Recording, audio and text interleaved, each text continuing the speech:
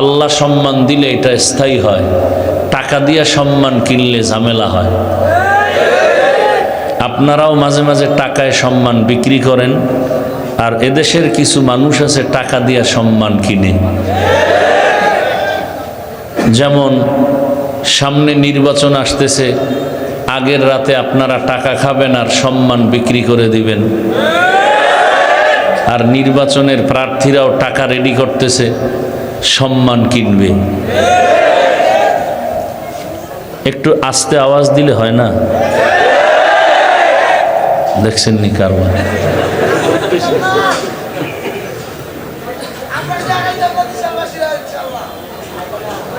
টাকা দিয়া সম্মান কিনলে কি হয় খুব খেয়াল করেন। আমি চাইছি একটু ঠান্ডা কথা বলবো, ঠান্ডা মেজাজে। চিল্লাইলে আমার খুব কষ্ট লাগে, আমি অসুস্থ মানুষ তো।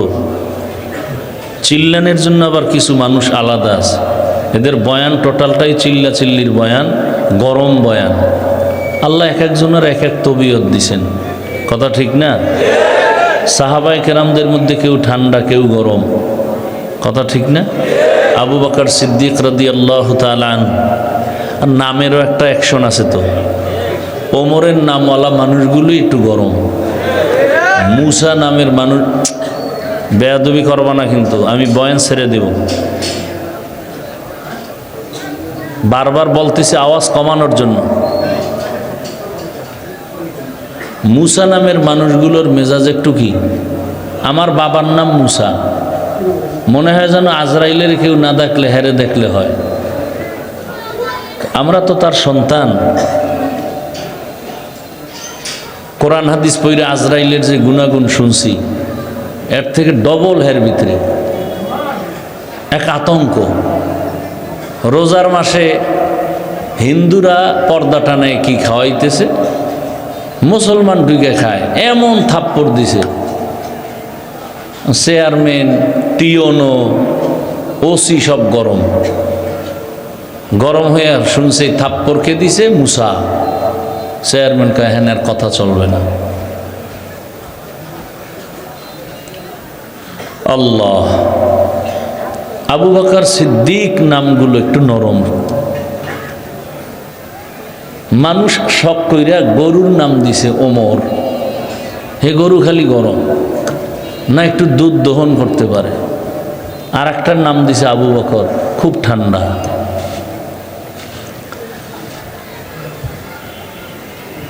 হ্যাঁ, গরম পরিবেশে গরম বক্তব্য। দেশ নিয়ে রাজনীতির কিছু আলোচনা করলে আমাদের ইসলামের রাজনীতির মঞ্চ তো আলাদা আছে, সেখানে গরম শব্দ, গরম আওয়াজ।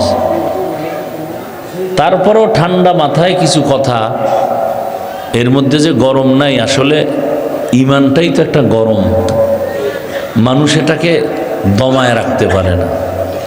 আর মুসলমানের আওয়াজটাই কেমন যেন একটা আতঙ্ক। বাতেলরা এই আওয়াজটাকেই শুধু ভয় পায়।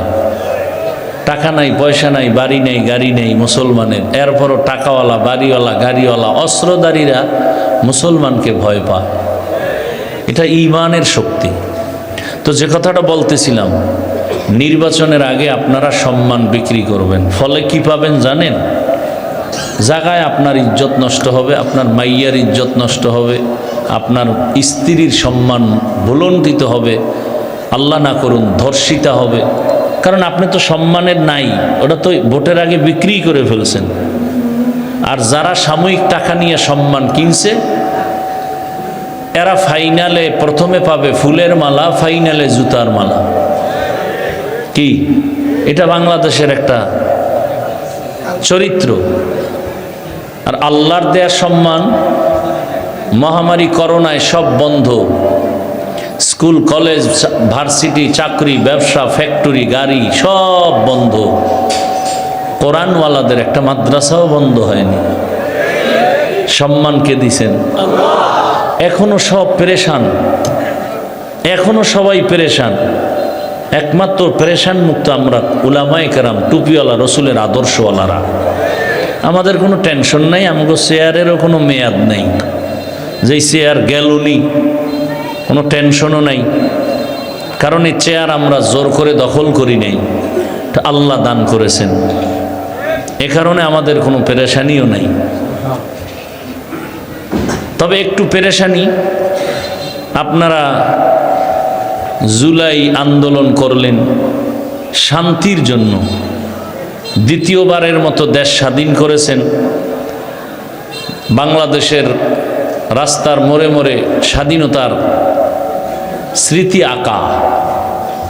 কিন্তু আমার কেন যেন মনে হচ্ছে এই স্বাধীনতা সফল হয়নি।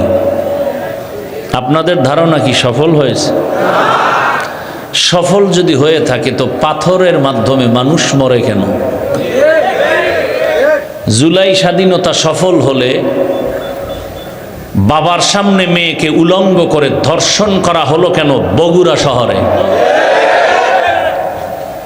জুলাই স্বাধীনতা সফল হলে স্বামীর সামনে স্ত্রীকে উলঙ্গ করে ধর্ষণ করা হলো কেন ভোলাতে?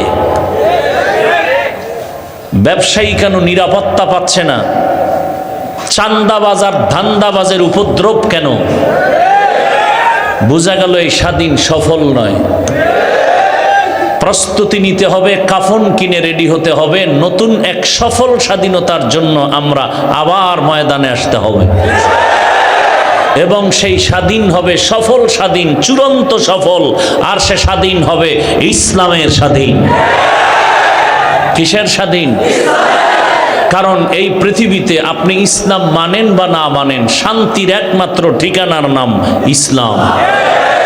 যতদিন পর্যন্ত জমিনে ইসলাম কায়েম হবে না, আল্লাহর জাতের কসম, ততদিন পর্যন্ত এই জমিনে চাপাবাজদের আওয়াজ হবে, শান্তি হবে না। আল্লাহ হেদায়াত দান করুন। বড় কঠিন হালাত। এই কথাগুলো বলছি কি আমার কোনো পীর সাহেবের দালালি হইয়া, কোনো দলের পক্ষে? একমাত্র ইসলামের স্বার্থের জন্য বলেছি। আমার জীবনের মূল ইসলাম, আমার জীবনের মূল আল্লাহ, রসুল, কোরআন, হাদিস। সব জায়গায় আমি ছাড় দিব, কিন্তু আমার জীবনের মূল ইসলাম, এই ব্যাপারে কাউকে আমি ছাড় দিব না। আউল বাউল ফাউল, আউল আর বাউল ফাউল। বাউল শব্দের অর্থ কি? বাউল শব্দ গুগলে সার্চ দাও, ডিকশনারি দেখো। বাউল শব্দের অর্থ উন্মাদ, পাগল। বাউল শব্দের অর্থ কি? উন্মাদ, পাগল। এরা কোন বুদ্ধিতে যে এই নাম দিল আল্লাহই ভালো জানে। তাদের রাস্তায় তারা চলবে, কোনো দুঃখ নাই। যখনই আমার আল্লাহ নিয়ে, রসুল নিয়ে, ইসলাম নিয়ে আক্রমণ করবে, আর রক্ষা নাই। আচ্ছা, বাবার সাথে সন্তানের তর্ক হয় না? তার মানে কি বাবাকে কেউ অপমান করবে, সন্তান চুপ থাকবে? যুবকদেরকে বলছি, আল্লাহর রাস্তায় আমার কথাগুলো ধ্যান খেয়াল করে শুনো। তোমার সামনে যদি দেখো তোমার বাবাকে কেউ অপমান করে, তুমি চুপ থাকবা? তুমি তো কলারটা ধরে বলবা, এই বেয়াদব, আমি আমার বাবার সাথে তর্ক করি, যা করি, কিন্তু বাবার সম্মান নষ্ট হতে তো দিব না। এই সূত্র ধরে একটা ওয়াদা করাবো এই বৈলরের সম্মেলনের মুসলমানকে। যুবকরা ওয়াদাবদ্ধ হতে হবে।